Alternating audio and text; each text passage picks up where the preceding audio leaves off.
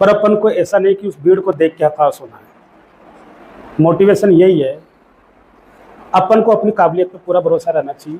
दूसरे देखो, आज मैं कहूँ कि मैं आज अनिल अंबानी जितना बन जाऊँ तो नहीं बन सकता मैं, पर मैं ये तो है ना कि मैं खुश हूँ, मैं मेरे फील्ड में इतना तो पहुँच गया। तो हर आदमी भीड़ को देखते हुए एक दूसरे से कंपेयर नहीं करना चाहिए, अपने आप पे विश्वास रखना चाहिए और अपनी मेहनत पे विश्वास रखो, मेहनत करते जाओ, हमें सफल बढ़िया मिलेगा। मैंने उनको कॉल करा, भाई ऐसे ऐसे हम डॉक्टर साहब का इंटरव्यू करने जा रहे हैं, तो उनके बारे में कुछ जानकारी आपसे चाहते हैं। बिल्कुल, अभी भी मेरे पिताजी खेत पे काम करते हैं, हमने तो मना कर रखा है, पर फिर भी वो कह रहे हैं कि जब तक हमारे हाथ पाँव चलेंगे तो करेंगे। मैंने वो बात मेरे को लिटरली बहुत सी इतनी छू गई दिल से कि यार कितने डाउन टू अर्थ किसी के पेरेंट्स हो सकते हैं और उनका बेटा आज इस पोस्ट पे है, तो गर्व का पल है उनके लिए और गर्व का पल है हम सबके लिए। जहाँ मैंने गांव में 5वीं तक पढ़ाई की तो मोस्टली उन गुरुजनों से बहुत मेरे को आगे बढ़ने की बहुत वो मिली।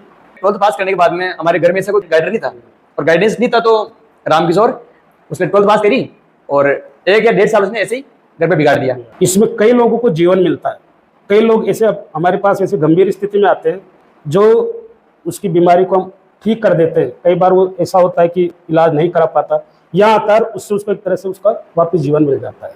देखा जाए तो मेरे को कन्फ्यूजन ही था, हो सकता था इस फील्ड में नहीं आता, तो मोस्टली यही था कि पारिवारिक स्थिति को देखते ग्रेजुएशन करता। सबसे पहले कि जो मेजर रोग है आम आज के समय में किडनी स्टोन क्या है, कैसे होता है और इसका निवारण क्या हो सकता है? कोई यूरिक एसिड स्टोन होता है, कोई कैल्शियम ऑक्जेलेट स्टोन होता है, कोई कैल्शियम पायरियड। क्या होता है यूटीआई? और लेडीज के अंदर कॉमन है, लेडीज में सबसे ज्यादा कॉमन है माहवारी वाली प्रॉब्लम, तो उन कंडीशन उसकी वजह से उनको यूटीआई ज्यादा कॉमन होता है और ज्यादा कॉमन होने की वजह से उनके ये प्रॉब्लम भी ज्यादा है। किसी को किडनी ट्रांसप्लांट करानी है, मान लो किसी किडनी खराब हो गई और ट्रांसप्लांट करानी है, तो क्या क्या पैरामीटर होते हैं उसके लिए? सामने साथ साथ प्रेमानंद जी महाराज का उदाहरण है, जो एक किडनी के सारे जी रहे हैं और कितने आराम से जी रहे हैं, उनको देख के पता भी नहीं चल सकता कि इनकी दोनों गुर्दे खराब है। आप मिले हो प्रेमानंद? सबसे पहले तो स्वागत आपका सुरेंद्र पॉडकास्ट पर। डॉक्टर साहब सबसे पहले परिचय बताइए आपका। मैं डॉक्टर रामकिशोर दारवार, मेरा बेसिकली होम डिस्ट्रिक्ट टोंक है। टोंक जिले में अपना दिवाई तहसील के अंदर एक छोटा सा गांव है, गांव का नाम है माता जी का बूटिया। अच्छा, वैसे जनरली हमारे पास में जयपुर ज़्यादा हमारे नज़दीक पड़ता है इन कम्पेयर टू टोंक। अच्छा, तो मैक्सिमम हमारे जो भी खेती बाड़ी है वो जयपुर जिले के अंदर आती है, केवल हमारा घर है जो टोंक डिस्ट्रिक्ट। सबसे पहले मैं शुरुआत करता हूँ केकड़ी से। आज आप केकड़ी में पोस्टेड हो, बिल्कुल। यहाँ का जो इन्वायरमेंट है, माहौल है, वो कैसा लगा आपको? बिल्कुल बढ़िया शानदार माहौल मिला है मेरे को यहाँ पर। मैं यहाँ केकड़ी में 2021 से पोस्टेड हूँ और बीच में मेरे कुछ कारणों से सरवाड़ी गया था, 1 साल वहाँ की सेवा दे के आया, फिर वापस मैं भी नियमित केकड़ी में सेवा दे रहा हूँ। यहाँ का माहौल ठीक है, अच्छे लोग हैं, मिलनसार है। कुछ लोग थोड़े उस उदंता के भी होते हैं, लेकिन ठीक है, ओवरऑल यहाँ पर माहौल अच्छा है, सही है, घर जैसा महसूस। कोई पॉलिटिकल इन्फ्लुएंस देखने को मिलता है आपको यहाँ पे? अब देखो, ये छोटी मोटी चीज़ें ये तो हर जगह मिलती है। मैं पहले सिरोही था तो वहाँ भी था ऐसा, तो ये छोटे मोटे चलते रहता है। 100% हर आदमी, एक आदमी 100 लोगों को पूर्णतः 100% संतुष्ट नहीं कर सकता, तो चलता रहता है, जीवन का पार्ट है, ऐसा कुछ नहीं। मैं आपके पिताजी से बात कर रहा था फोन पे, मैंने उनको कॉल करा, भाई ऐसे ऐसे हम डॉक्टर साहब का इंटरव्यू करने जा रहे हैं, तो उनके बारे में कुछ जानकारी आपसे चाहते हैं। तो उस टाइम पे शायद वो खेत पे काम कर रहे थे। बिल्कुल, अभी भी मेरे पिताजी खेत पे काम करते हैं, हमने तो मना कर रखा है, पर फिर भी वो कह रहे हैं कि जब तक हमारे हाथ पाँव चलेंगे तो करेंगे। मैंने उनको कॉल करा, तो मेरे को ऐसे ऐसे मैं केकड़ी से बात कर रहा हूँ और डॉक्टर साहब का इंटरव्यू करना है। भाई यार मैं तो इतना जानता नहीं, उनका जवाब बता दूंगा ना, और मैं क्या जवाब दूंगा आपको? मैं तो देखो एक सीधा साधा किसान आदमी हूँ और अभी भी खेती कर रहा हूँ और मेरा ट्रैक्टर चल रहा है। आपको जो बात करनी है, मेरे को इतना नहीं आइडिया कि क्या आपको जवाब दूं मैं आपको बेसिकली बता सकता हूँ भाई रामकिशोर दारवाड़ है, हमारा बेटा है और ऐसे ऐसे उसने मतलब नीट करी कोटा से और वो डॉक्टर बन गया आज। बाकी इसके अलावा हमें कुछ आइडिया नहीं है उसके बारे में, क्या है क्या नहीं है, और हम जानते भी नहीं है एग्जैक्टली, हम जवाब देना नहीं जानते, हम जवाब क्या दे बेसिकली। मेरा ट्रैक्टर चल रहा है, तो वो बात मेरे को लिटरली बहुत सी इतनी छू गई दिल से कि यार कितने डाउन टू अर्थ किसी के पेरेंट्स हो सकते हैं और उनका बेटा आज इस पोस्ट पे है, तो गर्व का पल है उनके लिए और गर्व का पल है हम सबके लिए कि किसान का बेटा आज केकड़ी की इस धरती पे लोगों की समस्याओं का निवारण कर रहा है और बेहद सहूलियत से। ऐसा नहीं है कि कोई हेक्टिक माहौल ये क्रिएट करते हैं, बिल्कुल आसानी से।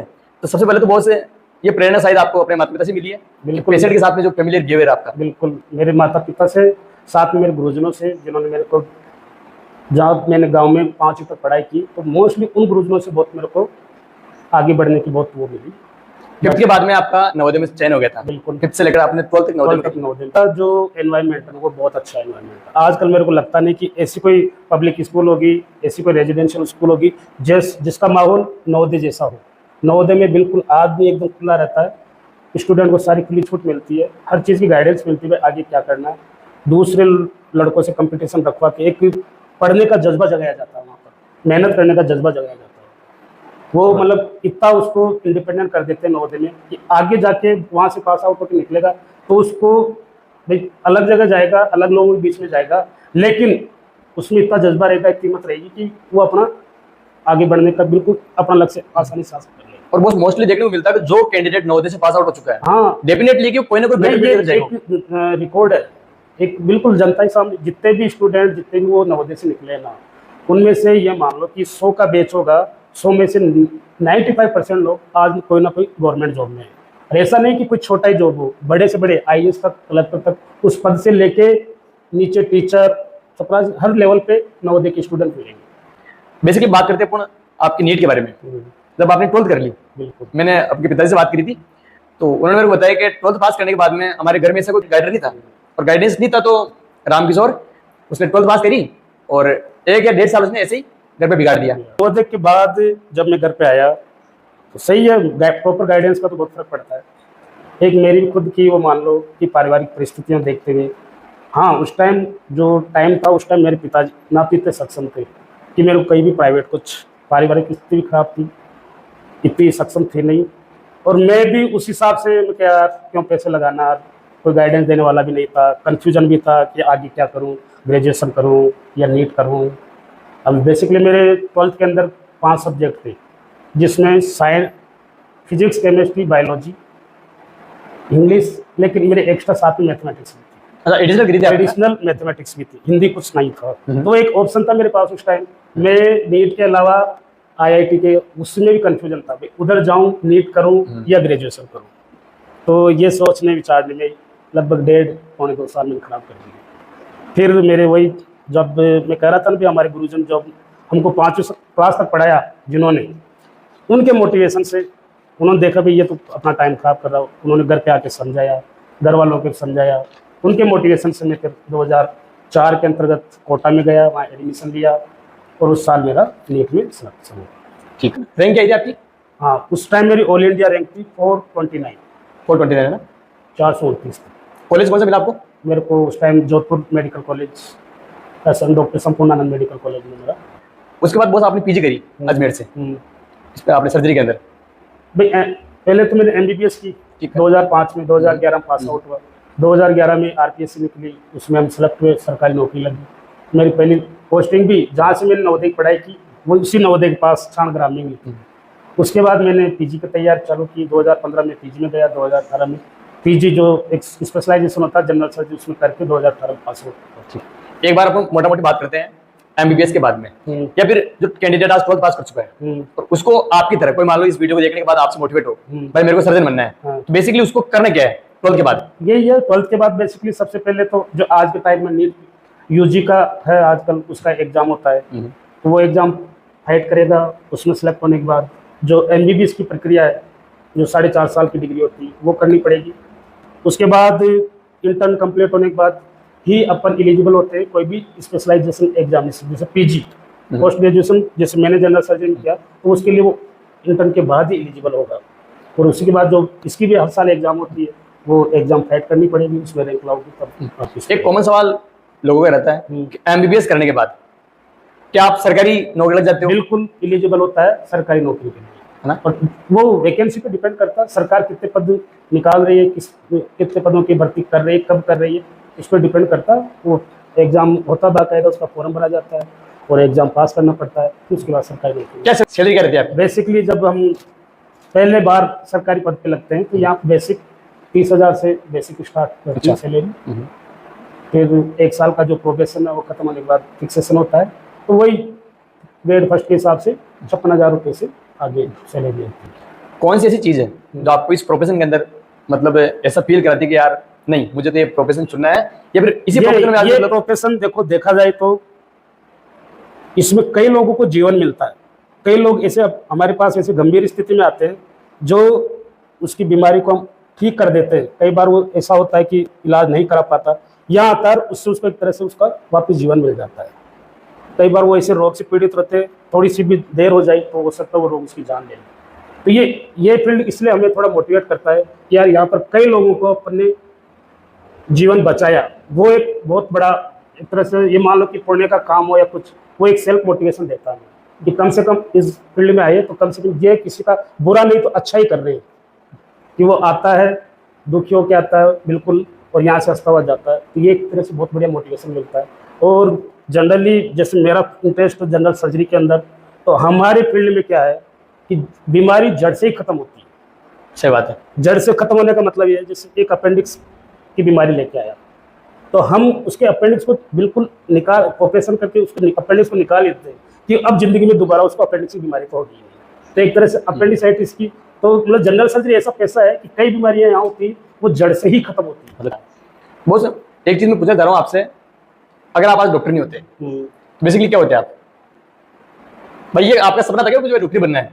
नहीं, किसी और का ये थोपा गया आपके ऊपर है? ये एक मोटिवेशन है। मोटिवेशन मिलने के बाद मैंने फील्ड चूज किया और देखा जाए तो मेरे को कन्फ्यूजन ही था, हो सकता था इस फील्ड में नहीं आता। तो मोस्टली यही था कि पारिवारिक स्थिति को देखते ग्रेजुएशन करता और वही कंपटीशन की तैयारी करता। खूब सारे कंपटीशन है, अब कौन सा फील्ड मिलता, कौन सा फील्ड में सफलता मिलती, वो बात की बात। अब बात करते हैं डिजीज को लेकर। सबसे पहले कि जो मेजर रोग है आम आज के समय में, किडनी स्टोन क्या है, कैसे होता है और इसका निवारण क्या हो सकता है? देखो किडनी स्टोन जनरली होता तो कई तरह के स्टोन बनते हैं गुर्दे में। कोई यूरिक एसिड स्टोन होता है, कोई कैल्शियम ऑक्जेलेट स्टोन होता है, कोई कैल्शियम पायरिलेट। तो ये सारा का सारा गुर्दे पे जितना प्रेशर पड़ता है, प्रेशर तब पड़ता है कि गुर्दा कितना डिहाइड्रेटेड रहा, उसके बाद ही जनरली स्टोन बनने की प्रक्रिया चालू होता है। तो आदमी का आजकल सबसे ज़्यादा कॉमन कारण है कि वो पसीना बहाता रहता है, पानी कम पीता है, शरीर में पानी की कम मात्रा हुई, ये स्टोन बनना चालू हो जाती है। क्योंकि जितनी कंसंट्रेशन में कोई भी चीज़ घुल के बाहर निकलेगी वो कम मिलेगी, तो वो उतना ही ऑक्सीडाइज होकर क्रिस्टलाइज होकर गर्दन में स्टोन बना लेता है। तो एक ये कारण होता है। दूसरा कारण इन्फेक्शन। जनरली यूटीआई बहुत कॉमन होता है लोगों के लिए। वो यूटीआई ऊपर पहुँचता गुर्दे को भी इन्फेक्ट करता है, वहाँ भी एक वो इन्फेक्शन को प्रमोट करता है। क्या होता है यूटीआई? यूटीआई एक तरह से इन्फेक्शन है, यूरिनरी ट्रैक्ट इन्फेक्शन। वही सारी चीज़ें हैं फैक्टर। तो अनहाइजेनिक कंडीशन, थोड़ा सा पानी कम पीना या थोड़ा वही खान पीन का ध्यान नहीं रखना, वो सब चीज़ों को ये प्रमोट करता है। यूटीआई मेजर है आज के समय में और लेडीज के अंदर कॉमन है। लेडीज में सबसे ज़्यादा कॉमन है। वो कारण यही है कि लेडीज में कारण कॉमन ये इसलिए कि एक तो यूरेथ्रल लेंथ छोटी होती है, वो थोड़ी सी अनहाइजेनिक कंडीशन उनके ज़्यादा रहती है, जैसे माहवारी वाली प्रॉब्लम। तो उन कंडीशन उसकी वजह से उनको यूटीआई ज़्यादा कॉमन होता है और ज़्यादा कॉमन होने की वजह से उनके ये प्रॉब्लम भी ज़्यादा मिलती है। प्रोस्टेट एनलार्जमेंट, जो प्रोस्टेट ग्लैंड होती है, ये बढ़ती रहती है? ये बिल्कुल बढ़ती रहती है और जनरली जो आदमी की उम्र बढ़ती है उस हिसाब से बढ़ती है। बढ़ने का कारण मेनली अपने अंदर ही जो हार्मोन होता है टेस्टोस्टेरोन, उसका मेजर रोल है। उम्र के साथ साथ टेस्टोस्टेरोन का रोल टेस्टिज में कम, बाकी इस जगह पे ज़्यादा होने लग जाता है। और उम्र के साथ साथ जो टेस्टोस्टेरोन बनाने का जो काम है वो अपने एड्रिनल ग्लैंड से भी बनने लग जाता है।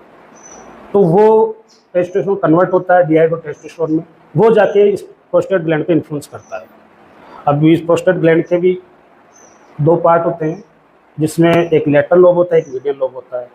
तो जनरली दोनों को इन्फ्लुएंस करता है उम्र के साथ साथ, पर मीडियन लोब ज़्यादा इन्फ्लुएंस होता है। तो मीडियन लोब लार्ज हुआ तो लोगों को पेशाब की दिक्कत आनी से चालू हो जाती है। वही है कि पेशाब की थैली के नीचे होता है, यही से पेशाब की नली बाहर निकलती है।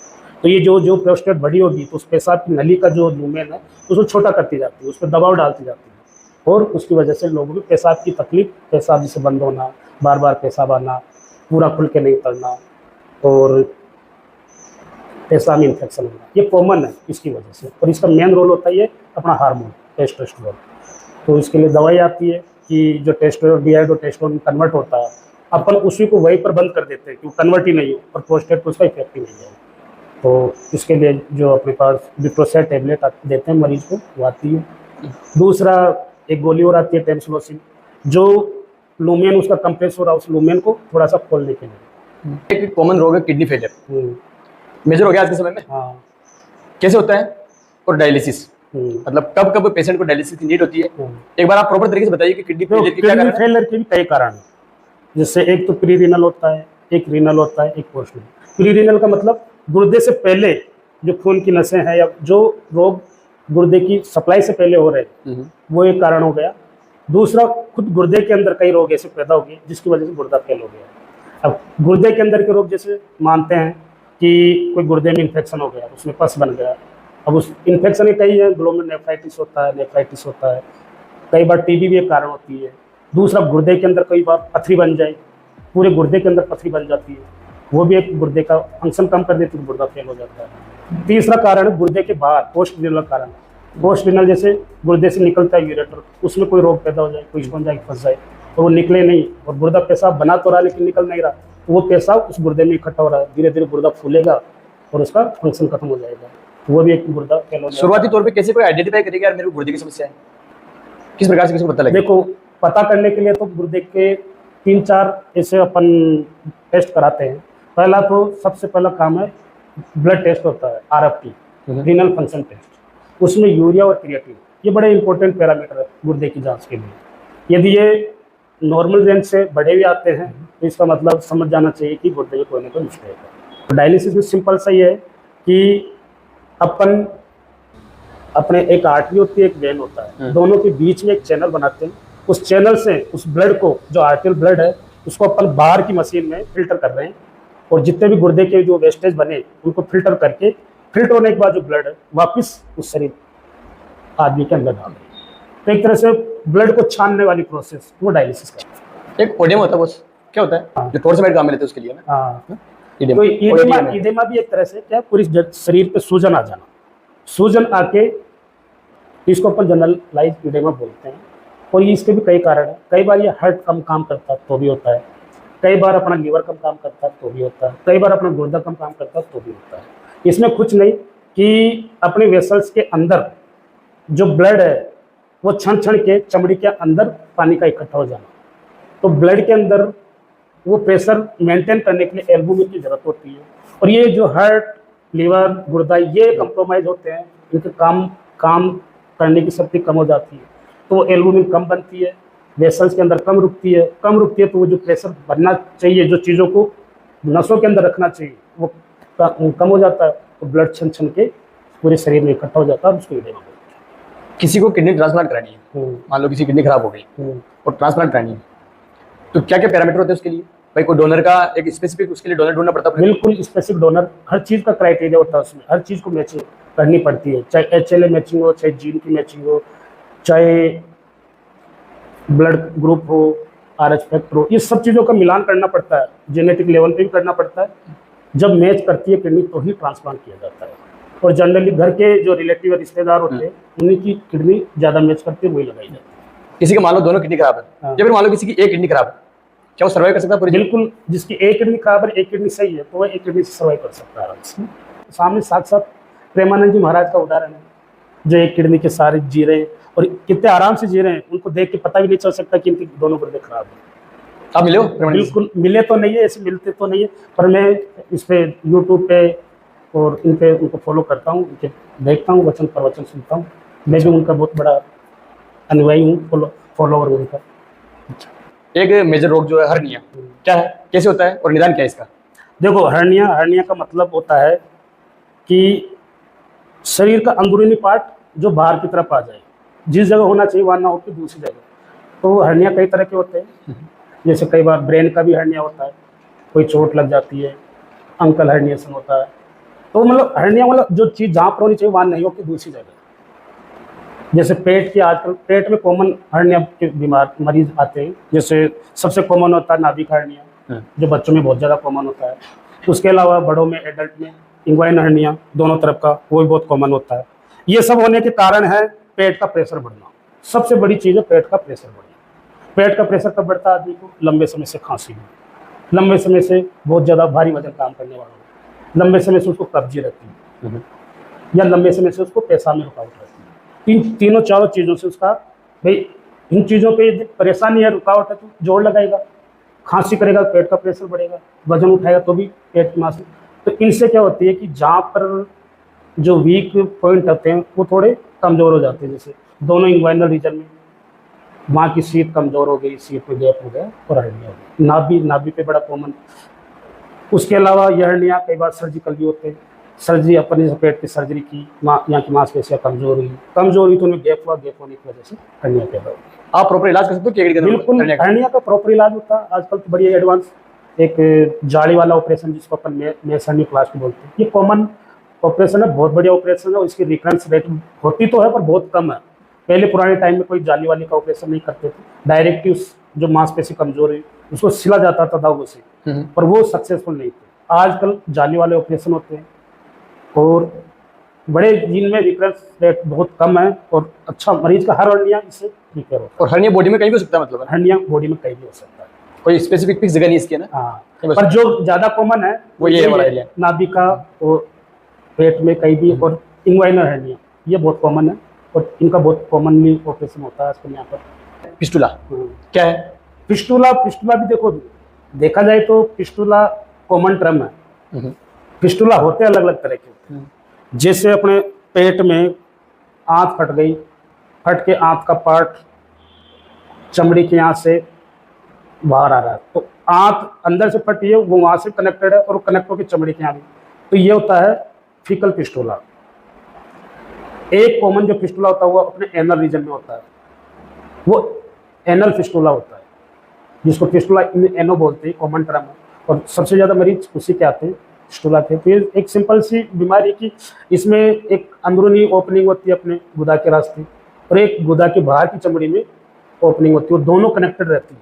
दोनों का कनेक्टेड रहना ही फिस्टुला कहलाता है। दंडगी हाँ। सुना होगा आपने? लोकल होती है लोकल, पर मेरे तो आते ही इस चीज के बारे में। मैं दंडगी डॉक्टर साहब पेट दर्द कर रहा था, फिर वो गांव में सुताते हैं उसको, तो ये इसके बारे में कोई आइडिया क्या, क्या चीजें हैं? मेरे को इस लोग बोलते भी हमारी बुक्स में तो ऐसा कुछ होता नहीं है।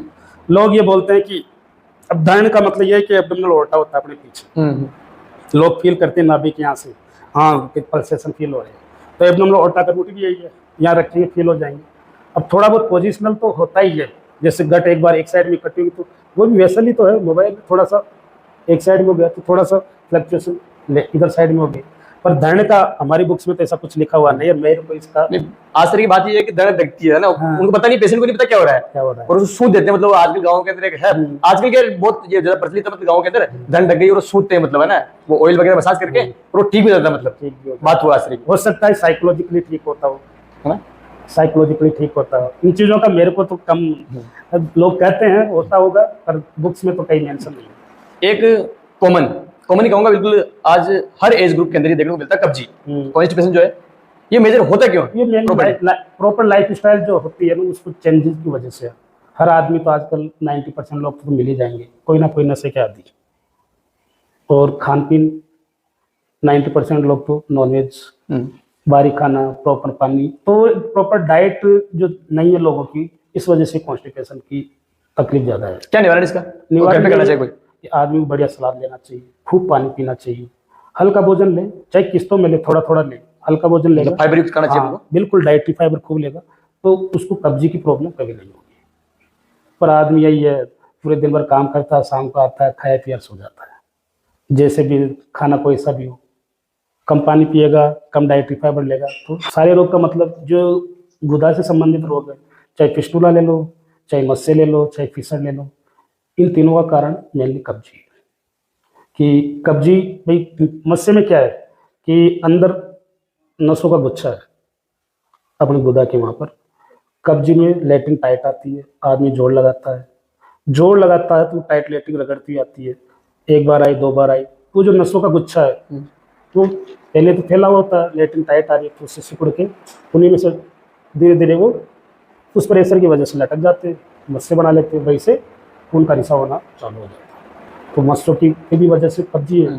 कई बार लैट्रिन इतनी टाइट होती है, इतना जोड़ लगाते हैं तो अंदर की जो गुदा की जो चमड़ी है उसको छील देता है, वो छील नहीं, वो घाव वो नहीं, उसी को फिसर बोलते हैं। और कई बार जो अंदर की गुदा के अंदर छोटी छोटी ग्लैंड्स होती है, वो कई बार जैसे कट लगा, वहाँ इन्फेक्ट हुआ, वो ग्लैंड इन्फेक्ट हुई, उन्हें पस बना, वो धीरे धीरे ट्रैक्ट बना के बाहर की तरफ फूट के मवाद के रूप में निकल जाती है, जिसको फिस्टुला बोलते हैं। एक इरेक्टाइल डिसफंक्शन क्यों होता है मेजर, इसका क्या?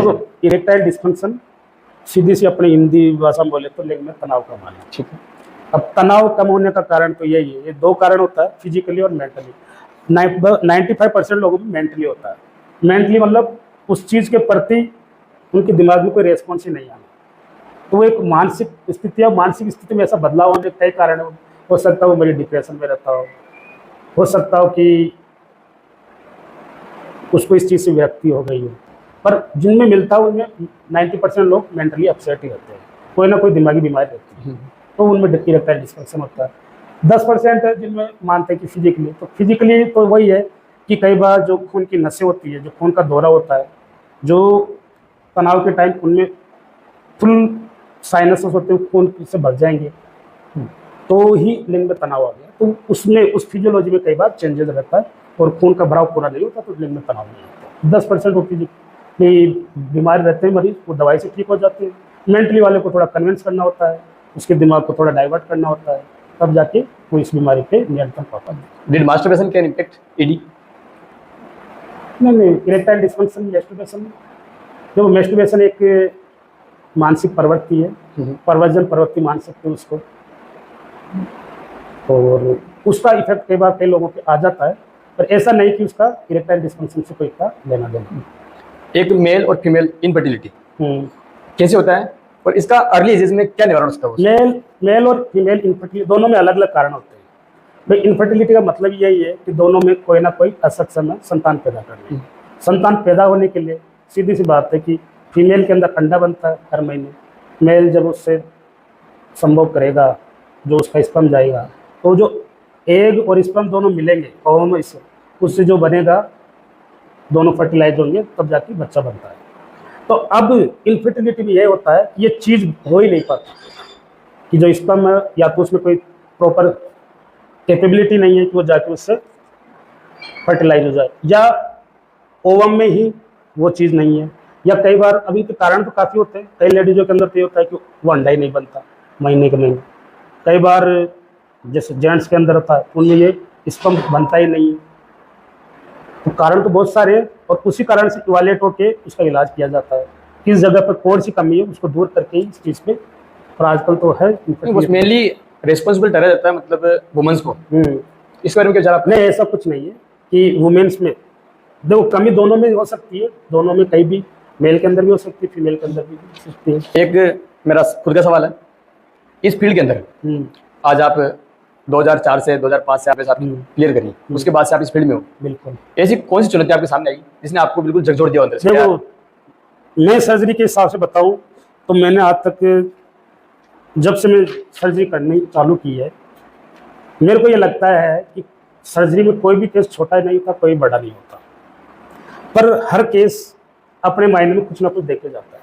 कई बार हम मानते हैं हाँ यार अपेंडिक्स से छोटा सा ऑपरेशन है अभी, पर वो अपेंडिक्स, क्योंकि हर आदमी के अंदर अपेंडिक्स भी अलग अलग तरीके से प्रेजेंट होता है, अलग अलग जगह पे होता है, अलग तरीके से हमारे पास बीमारी लेके आता है।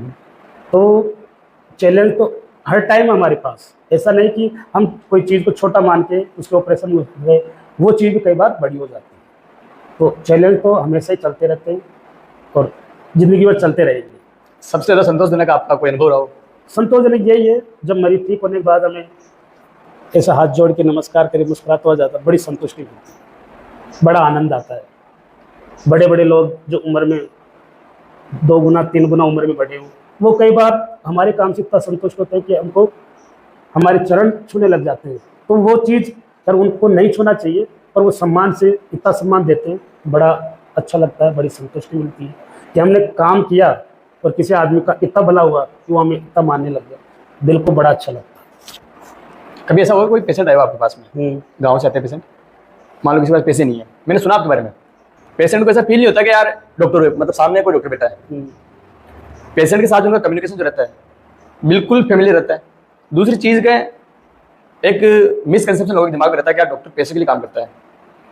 तो मैंने जब भी उनको देखा और लोगों से सुना, यार डॉक्टर साहब अगर पेशेंट के पास पैसे नहीं है और कोई उनके पास जा रहा है, मरीज सीरियस कंडीशन में हो या फिर नॉर्मल में हो, तो डॉक्टर साहब का रिस्पॉन्स रहता है कि यार नहीं, ये कोई बात नहीं।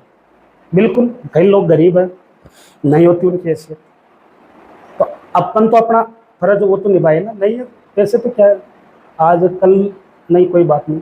देखो गरीब आदमी होता है तो मैं जनरली उससे वो कह देता है तो मैं फीस नहीं लेता, बिल्कुल सुना आपके बारे में। बिल्कुल, और मैं लेता भी नहीं बेटी, एक गरीब आदमी है, नाजायज किसी को पैसा नहीं देता। इस फील्ड में आप अपने भविष्य के लक्ष्य को किस प्रकार से देखते हैं? यही है, जब तक है नौकरी में तब तक तो काम करते रहेंगे, लोगों का भला करते रहेंगे। बाद में फिर देखते हैं बाद में क्या रहता है। बच्चों का यदि होगा तो बच्चों को भी इस फील्ड में लाएंगे। यही है कि बच्चे भी सक्षम होकर लोगों की सेवा करें। समाज के लिए और क्या बेटर कर सकते हो आज डॉक्टर आप सर्जन? देखो समाज के लिए देखो जो भी जरूरतमंद हो हमसे कोई जो बन पाएगा, जो हम हमारे फील्ड के हिसाब से लोगों की मदद कर सकते हैं तो समाज के लोगों के लिए फुल योगदान करेंगे, फुल उनको कोऑपरेट करेंगे, पूरी सेवाएं करेंगे। बॉस आज का जो माहौल है बहुत ज़्यादा बेरोजगारी का माहौल है। बिल्कुल, चारों तरफ बेरोजगारी है, बेरोजगारी। अलग अलग कैंडिडेट अलग अलग फील्ड की तैयारी कर रहे हैं। एक अपन एग्जाम्पल है कोटा का, बहुत ज़्यादा हेक्टिक माहौल है। बिल्कुल, कैसे कोई कैंडिडेट अपने आप को डिप्रेशन से दूर रखें, एंजाइटी से दूर रखें? डिप्रेशन से देखो भीड़ तो हर जगह है, पर अपन को ऐसा नहीं कि उस भीड़ को देख के हताश होना है। मोटिवेशन यही है, अपन को अपनी काबिलियत पर पूरा भरोसा रहना चाहिए। दूसरे देखो आज मैं कहूँ कि मैं आज अनिल अंबानी जितना बन जाऊँ तो नहीं बन सकता मैं, पर मैं ये तो है ना कि मैं खुश हूँ, मैं मेरे फील्ड में इतना तो पहुँच गया। तो हर आदमी भीड़ को देखते हुए एक दूसरे से कंपेयर नहीं करना चाहिए, अपने आप पे विश्वास रखना चाहिए और अपनी मेहनत पे विश्वास रखो, मेहनत करते जाओ, हमें सफल बढ़िया मिलेगा। बहुत कई बार कैंडिडेट फेल हो जाते हैं, एक अटेम्प्ट, 2 अटेम्प्ट, 3 अटेम्प्ट फेल हो जाते उससे हैं। क्या है, तो जिंदगी थोड़ी खत्म हो जाती है। आपके पास अदर अपॉर्चुनिटी भी तो है। भाई मैं इस फील्ड में मेरा लक्ष्य प्राप्त नहीं कर पा रहा तो दूसरा फील्ड है। ऐसा नहीं कि आदमी के रास्ते बंद हो जाते हैं, हमेशा खुले रहते हैं। एक रास्ता बंद तो दूसरा रास्ता खुला रहता है।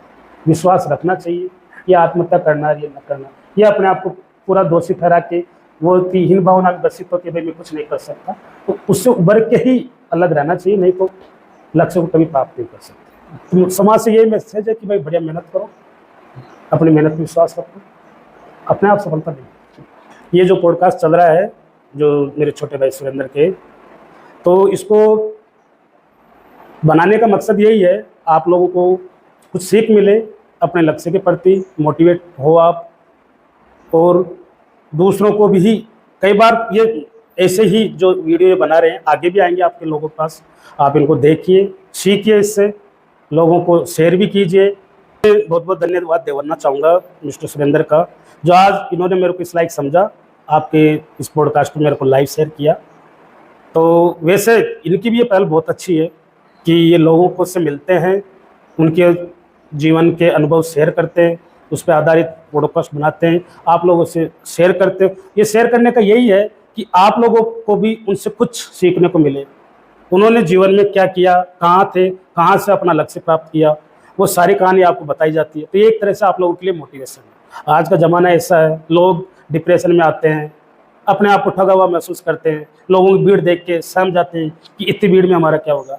पर सबके लिए रास्ते खुले रहते हैं, सबको अपनी मेहनत पे विश्वास रखना चाहिए। देखो मेहनत का कोई तोड़ नहीं है, यदि आप मेहनत करोगे सच्ची लगन से तो अपने आप आपको अपना लक्ष्य आराम से मिलेगा। तो मेरी यही है कि जिस हिसाब से इन्होंने आज मेरे को यहाँ पर आमंत्रित किया, मैं तो यही सच्चे दिल से यही कहना चाहूँगा कि इनके पॉडकास्ट को आप शेयर कीजिए, इससे सीखिए, लोगों को बताइए और अपने जीवन में परिवर्तन लाइए। धन्यवाद। कहते हैं ना, हौसलों के तर्कस में कोशिश का वो तीर जिंदा रख, हार जाओ जिंदगी में चाहे सब कुछ, मगर फिर से जीतने की उम्मीद जिंदा रख। और इसी उम्मीद ने आज डॉक्टर साहब को इस मुकाम तक पहुंचाया है। एक ऐसा टाइम था जब 12th पास करने के बाद इनके पास कोई गाइडेंस नहीं था कि अल्टीमेटली मुझे करना क्या है, मेरी लाइफ का गोल क्या है। 2 साल इन्होंने खराब किए इस असमंजस में कि आगे मेरा क्या फ्यूचर रहेगा, कोई गाइडेंस नहीं था। उसके बावजूद आज आप इस पोस्ट पे हैं, तो तालियां बनती है ऐसी शख्सियत के लिए। आप सभी से मेरी एक गुजारिश है, पेरेंट्स अगर वीडियो देख रहे हैं उनसे मेरी गुजारिश है, आपके होनहार जो आज तैयारी कर रहे हैं उन पे आप यकीन रखिए। एक दिन ऐसा आएगा कि वो भी आज डॉक्टर साहब की तरह एक बेहतर सफलता अर्जित करेंगे, ये मेरा यकीन है। और जो कैंडिडेट ये पॉडकास्ट देख रहे हैं उनसे मेरी गुजारिश है, इन वीडियो को शेयर कीजिए अपने दोस्तों के साथ, अपने साथियों के साथ, अपने परिवार वालों के साथ, ताकि वो समझ सके कि किस प्रकार से कोई कैंडिडेट असफलताओं को पीछे छोड़ते हुए, चुनौतियों को पीछे छोड़ते हुए आज सफलता के उस पायदान तक पहुंच चुका है जिसकी पराकाष्ठा उसने अपने जहन में बिठाई थी। तो आप सभी से गुजारिश है, शेयर कीजिए, सब्सक्राइब कीजिए। मिलते हैं अगले रविवार ऐसे ही किसी अन्य शिक्षक के साथ। तब तक के लिए जय हिंद, जय भारत। है